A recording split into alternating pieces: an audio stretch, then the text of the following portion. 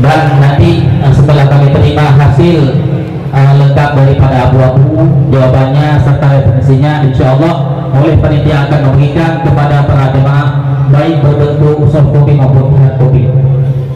Yang pertama adalah perbedaan aliran Ahlussunnah wal Jamaah, Jabariyah dan Qadariyah dalam memposisikan ikhtiar hamba ataupun usaha hamba.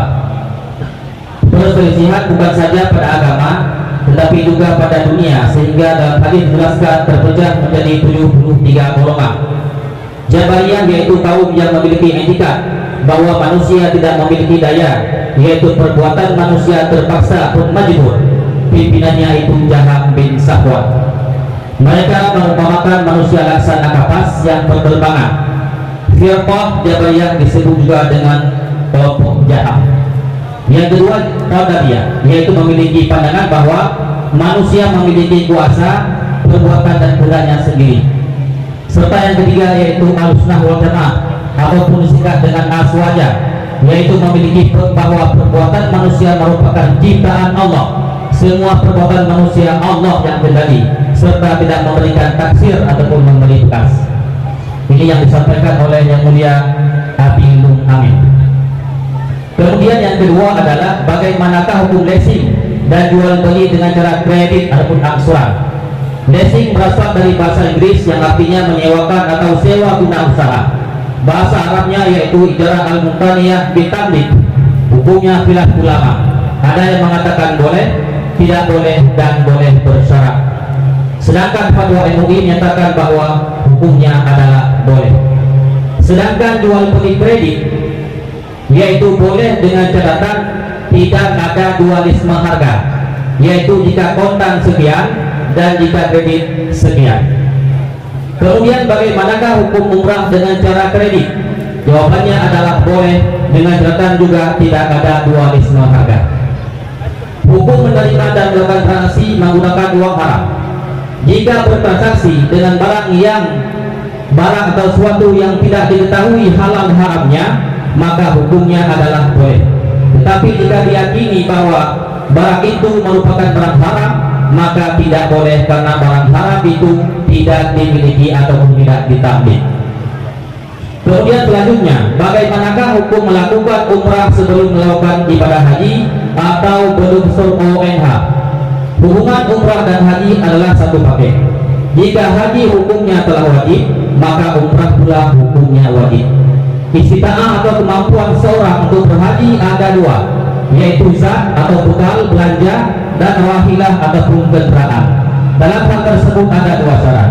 Yang pertama, jika masuk bulan haji, yaitu mulai bulan Syawal, dan yang kedua ada kendaraan untuk berangkat haji. Orang yang melakukan kalau wajib haji tahun pertama, jika diundurkan maka hukumnya boleh dengan syarat azam di hati, selamat tanda-tanda akan kematian, dan boleh juga didahulukan umrah orang yang belum takluk wajib haji, maka boleh juga berumrah sebelum haji. Selanjutnya adalah apakah jamaah haji ketika menggunting rambut boleh menggunakan rambut yang di luar batas kepala? Jawabannya adalah cukur merupakan salah satu rukun haji dan tahallul, yaitu menghilangkan rambut sekurang-kurangnya 3 helai. Boleh dengan cara dicukur, dicabut, digunting, serta boleh juga dengan dibakar.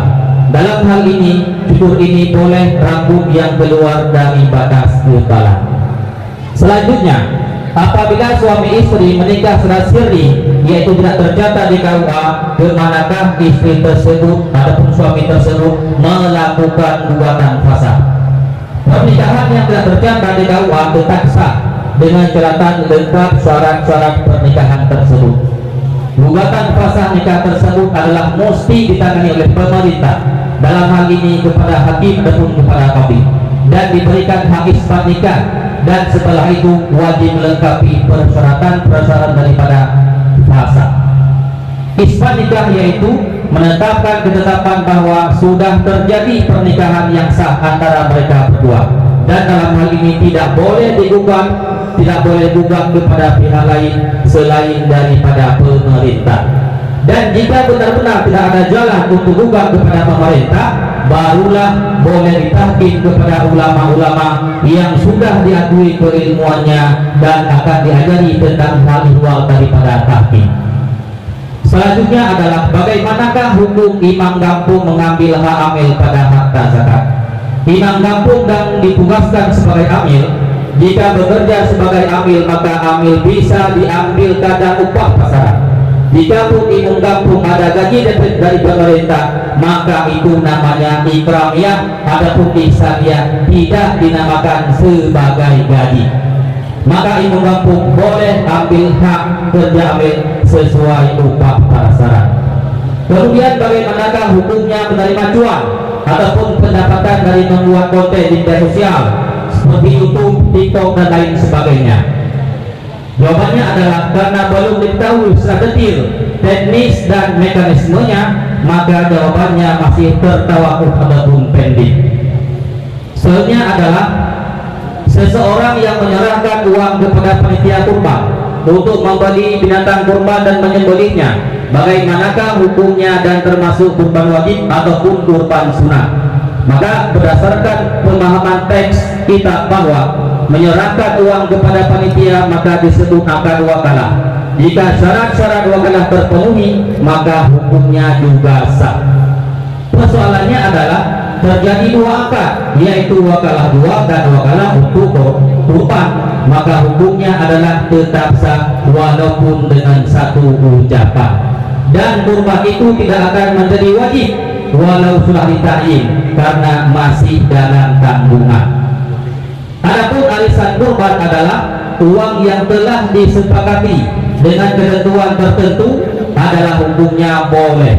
Jika pengumpulan uang tersebut lebih daripada 7 orang misalnya untuk lembu, maka tidak disebut dan tidak dikategorikan sebagai kurban, tetapi sedekah. Apakah lembu wali memenuhi syarat untuk hewan kurban? Jawabannya adalah belum ada satu kesimpulan yang bulat tentang apa itu sapi bali, karena dalam fiqh bahwa hasil peranakan hewan kurban dengan hewan yang tidak bisa dijadikan kurban, maka hasil peranakan tersebut tidak sah dijadikan sebagai kurban.